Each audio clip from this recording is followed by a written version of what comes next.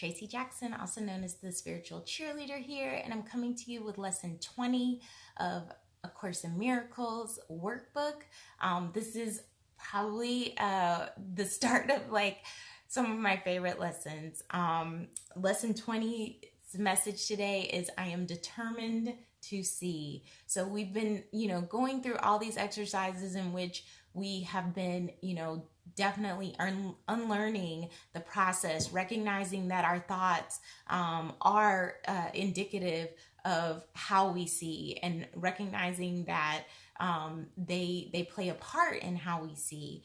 And now we are literally coming to the point of recognizing and really stating, proactively that we are determined to see things as they truly are, right? So obviously the lesson goes and starts, and it basically says that, they've been really fairly casual in their practice, telling us to, do 3 or 4 periods throughout the day and not, take a lot of time or need to take a lot of time to go over things. And this is the first lesson where they really, kind of emphasize the importance of trying to do this every half hour.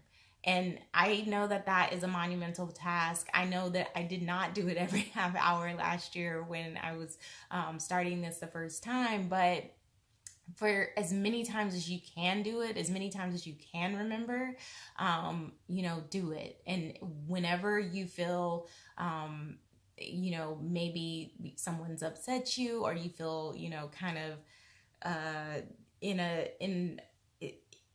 kind of upset in a way at, a situation, or disappointed in a situation or whatever, that's a perfect time to use this, because the thing is, when we are upset, we're seeing that fearful mindset. We're seeing, we're in that moment of fear. We're seeing the negative version of what we want to see.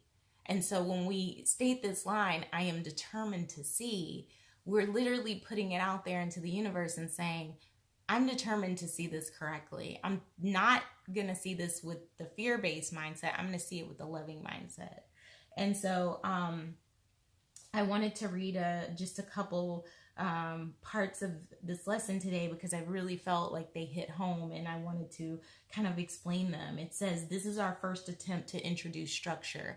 Again, we've been doing kind of like the unlearning process. This is the first time that they're proactively saying, this is what we want to learn now, right? Do not misconstrue it as an effort to exert force or pressure. You want salvation. You want to be happy. You want peace. You do not have them now because your mind is totally undisciplined, and you cannot distinguish between joy and sorrow, pleasure and pain, love and fear. You are now learning how to tell them apart, and great indeed will be your reward. So again, it recognizes that we have had this undisciplined mind where we've allowed whatever to come in, and we see it and perceive it the way we think we are supposed to perceive it, the way that we've learned to perceive it. And now we're unlearning all of that, and we're learning how to distinguish what is true, what is real, from what is not. And so obviously the reward is great when you are able to distinguish those things. And you might want an example of how I could see something differently.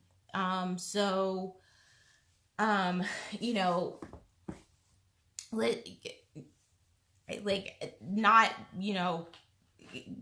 getting into a political war or anything here, but there are certain things that our current president has done that could be viewed from a fearful mindset as being horrible, evil, mean, just without heart, without compassion, whatever you want to say, right? Like, I mean, it could be any of those things.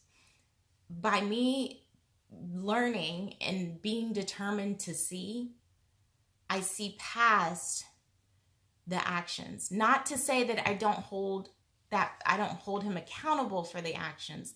These are two different things. I hold him accountable for the actions, but I'm able to see the part of him who is hurting, who is living in fear, and how the fact that he is hurting and is living in fear is playing out into his actions in the world. That's me being determined to see. That's how I'm able to shift mindset, right? Somebody that seemingly many people do not view positively, and some do, and I'm not knocking them for doing it, but for those who see his actions as, lacking compassion or things like that, that's how I'm able to reconcile it. That's how I'm able to say, I don't agree with your policies. I don't agree with how you're handling this situation, but I see this hurt person within you, and I see how fear has played into your mindset and how it is influencing the actions that you are taking. And so that way I'm seeing through the lens of love. I'm sending you love because I want you to feel the love, because I want you to then have that compassion. And if more of us were doing that, if more of us were sending the love rather than sending the hate, you would see a change, right? Okay, going on back. So, this one, I love this section. Your decision to see is all that vision requires. What you want is yours. Do not mistake the little effort that is asked of you for an indication that our goal is of little worth. Can the salvation of the world be a trivial purpose? And can the world be saved if you are not? God has one Son, and he is the resurrection and the life. His will is done because all power is given him in heaven and on earth. And your determination to see is vision given to you. And so with this whole concept of God has one Son, many of us think of that Son as Jesus, especially if we're Christians. The way that the Course is written, Jesus is the Son, but so are all of us. We are all joined together with Jesus, and we are one. We are God's only Son, collectively, as a collective. And so that's why it's saying, can the world be saved if you are not? We're the one, right? We are the one who is supposed to, be doing the resurrection and the, we go through a crucifixion and we are resurrected. And we're all on this journey together. We're all doing it together. And so that's why it's saying, can the world be saved if the Son is not? Can the world be saved if you are not? You are the Son, right? So it literally is telling us that, when we are determined to see, true vision comes to us because we are recognizing our role. We're recognizing that we are God's Son. We are entitled to that ability to see by virtue of being his Son. He wants us to see. And so when we are determined to see, that is when vision comes. So obviously, like I said, they ask us to repeat these thoughts every half hour.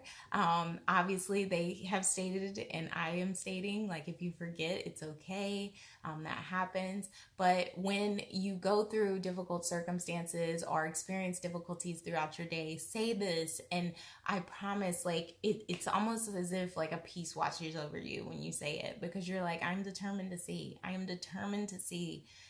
And you'll see the next lesson kind of builds off of this, and it's even better for difficult situations to use, because I have done that.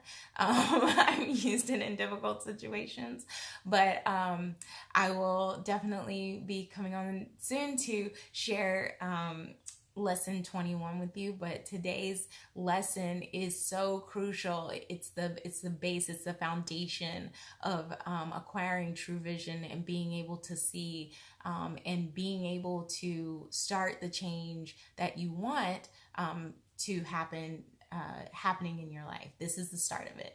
All right. So I hope that helps you. Obviously, if I can answer any questions, you see me getting giddy excited over this, because I am.